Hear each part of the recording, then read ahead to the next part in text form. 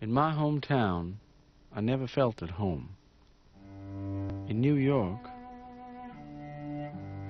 City, in Greenwich Village, I have always felt at home.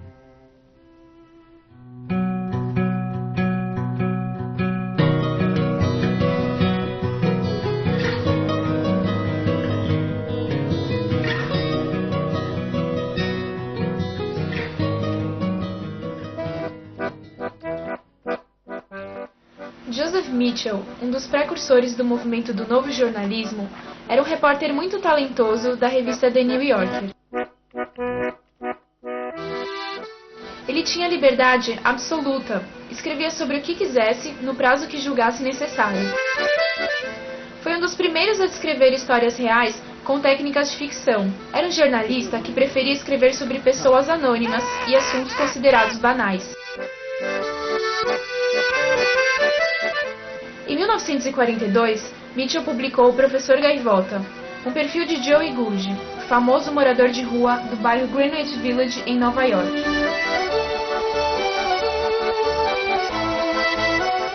Durante meses de pesquisa, o autor se envolveu com seu personagem, criando uma relação de amizade que resultou na publicação de um segundo perfil em 1964, na mesma revista. Intitulado O Segredo de Joey Goode, Mitchell faz uma análise psicológica destacando peculiaridades de Goode.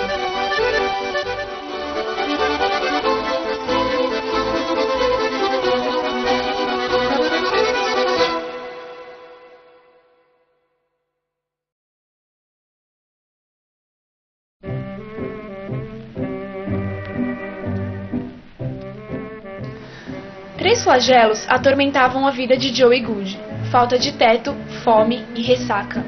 Ele dormia no banco das estações do metrô, no chão de apartamento de amigos e também em albergues. Goode era de uma família tradicional de médicos. Cursou medicina em Harvard, mas nunca exerceu a profissão, pois a escolha de sua carreira era simplesmente por imposição de seu pai. Quando Joey Goode chegou a Nova York, trabalhou de assistente em um jornal. Foi nessa época que ele teve a ideia de escrever o que seria então a maior obra que já existiu, a História Oral. Ela retratava o cotidiano da época, a partir de conversas com pessoas comuns. A obra serviria para as próximas gerações saberem quais eram os pensamentos daquele momento. A História Oral era, na verdade, um projeto que sustentava a popularidade de Goode, pois ele era conhecido como o famoso escritor do bairro. As pessoas o ajudavam com a esperança de participarem de algum capítulo do livro. Após toda a convivência com o ilustre mendigo, o jornalista Joseph Mitchell enfim descobriu o grande segredo de Joey Goode. A história oral nunca existira, sendo apenas uma invenção do pobre homem.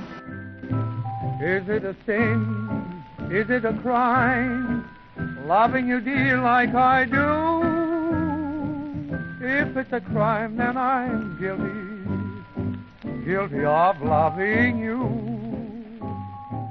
Buscando comida em bares, botecos e com amigos do bairro, Joey Goode tinha apenas a pretensão de sobreviver, dia após dia, e a narrativa gira em torno das aventuras dessa figura considerada um mendigo por opção. What can I do? What can I say? Mas nem todos os mendigos encaram sua sobrevivência nas ruas de uma forma tão poética. Eu morava na rua, catava sucata e à noite o dinheiro que eu fazia, eu comprava meu litro de pinga e ia dormir de novo lá debaixo dos papelão, lá no terreno lá da Anhanhamelo, lá da Manuel Costa. Ficava na rua, debaixo dos viadutos, debaixo das pontes. Tentando encaixar a obra de Joseph Mitchell nos dias atuais, percebemos que ocorre uma supervalorização da figura dos moradores em situação de rua. Portanto, ao trazer para a nossa realidade, os seguintes dados se destacam. De cada 100 pessoas que vivem nas ruas, 71 trabalham e 52 têm pelo menos um parente na cidade onde vivem. É o que diz a Pesquisa Nacional sobre os Moradores em Situação de Rua, realizada pelo Ministério do Desenvolvimento Social e Combate à Fome. Os números revelam ainda que a população de rua não é composta apenas por mendigos e pedintes. De acordo com a pesquisa, apenas 16% dessas pessoas pedem dinheiro para sobreviver. Com relação à frequência à escola, 63% não concluíram nem o ensino fundamental. Exemplificando essa realidade, conhecemos o Centro de Acolhida 2 por 24 horas, Porto Cidadão, um albergue localizado na Vila Alpina, na zona leste de São Paulo. Essa entidade é vinculada à prefeitura e realiza um trabalho importante à população em situação de rua. Segundo a coordenadora Shirley Moreira da Silva, a casa atende no total 100 pessoas por noite, das quais 24 recebem atendimento especial durante o dia. No período de maio a outubro, época de frentes frias, a capacidade aumenta em 12%. Os usuários que permanecem durante o dia realizam atividades como a pintura e o artesanato. O albergue conta com o trabalho de psicólogos, educadores e assistentes sociais, que contribuem para a reinserção desses moradores à sociedade. O perfil do morador de rua é muito diferente do que muitas pessoas pensam, ele é bem diferenciado. Porque assim, tem alguns que estão na situação de rua porque perderam o vínculo familiar. Outros estão em situação de rua porque migraram de uma outra cidade para cá, às vezes vieram na procura de algum emprego e por muitas vezes não tem algum familiar aqui. Quando tem, por estar nessa situação de desemprego, o familiar acaba aguentando algum tempo e depois, né, essa pessoa acaba indo para a rua mesmo para tentar a vida. Então, foi assim, o meu propósito, na verdade, é estar em Fortaleza e eu estava numa comunidade católica, Shalom, e já tinha um problema de saúde em relação ao HIV. Eu sou soropositivo há 8 anos e através desse problema com soropositivo e também desde criança eu sofro com o problema do câncer, precisou que eu ter vindo para São Paulo para fazer o tratamento. Né? E como eu não tinha condições financeiras, nada, a comunidade Shalom pegou e organizou, a gente conseguiu o dinheiro para poder estar vindo para São Paulo.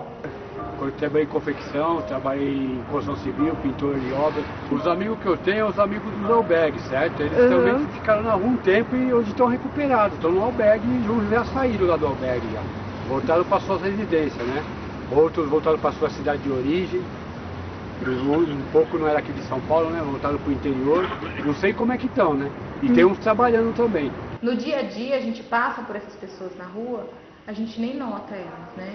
E não é porque a gente não olha, a gente talvez sinta o medo, é porque é muito difícil reconhecer que a gente, por exemplo, a gente tem uma casa, a gente tem, né? E aquela pessoa tá ali, né? Dormindo na rua. Então, assim, é muito mais fácil a gente fingir do que não ver do que se solidarizar com aquela pessoa. É muito mais fácil.